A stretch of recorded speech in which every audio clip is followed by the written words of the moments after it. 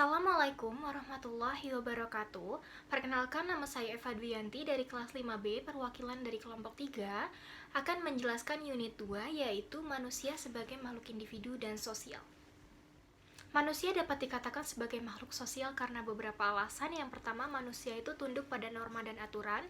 Yang kedua, manusia itu mengharapkan penilaian dari orang lain.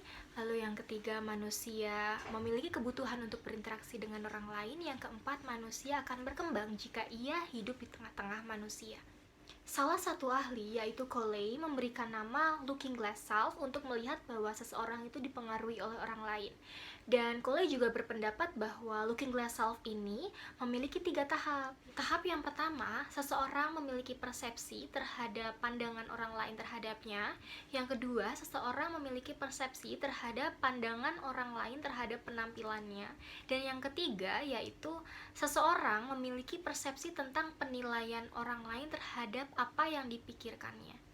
Dalam bertingkah laku, menurut pola pribadinya, manusia memiliki 3 kemungkinan. Yang pertama, manusia menyimpang dari norma kolektif. Contohnya itu adalah melakukan tawuran, kenakalan remaja, atau menyimpang dari kebudayaan.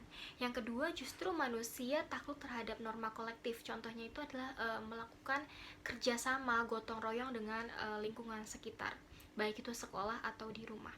Yang terakhir adalah manusia mempengaruhi manusia lain. Contohnya itu mempengaruhi manusia dan mengajak untuk melakukan pencurian.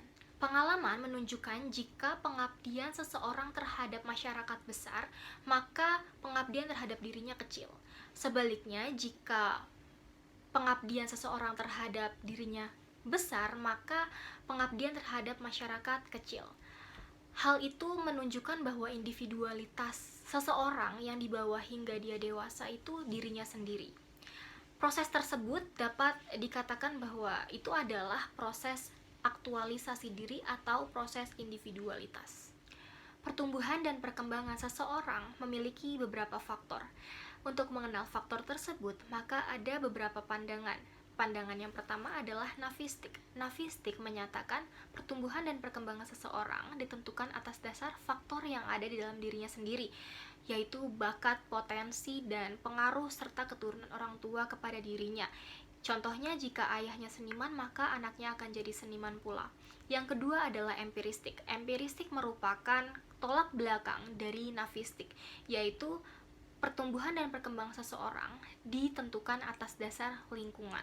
Yang ketiga adalah konvergensi. Konvergensi mencoba menyatukan antara nafistik dan empiristik, yaitu pertumbuhan dan perkembangan seseorang dipengaruhi oleh lingkungan dan faktor yang ada dalam dirinya. Bakat seseorang harus ditaruh di lingkungan yang baik pula agar seseorang juga menjadi baik. Manusia sebagai makhluk individu juga tidak dapat hidup sendiri, artinya manusia juga harus hidup bermasyarakat. Adapun yang menyebabkan manusia harus bermasyarakat karena dorongan kesatuan biologis yang ada di dalam diri manusia. Contohnya, hasrat untuk memenuhi kebutuhan makan dan minum, hasrat untuk membela diri, yang terakhir adalah hasrat untuk mengadakan keturunan. Semenjak lahir, manusia memiliki 2 keinginan pokok. Keinginan yang pertama, manusia ingin menjadi satu dengan manusia di sekelilingnya. Keinginan kedua, manusia ingin menjadi satu dengan alam di sekelilingnya. Sekian video unit 2 dari kelompok 3. Terima kasih. Mohon maaf jika ada kesalahan dan kekeliruan. Assalamualaikum warahmatullahi wabarakatuh.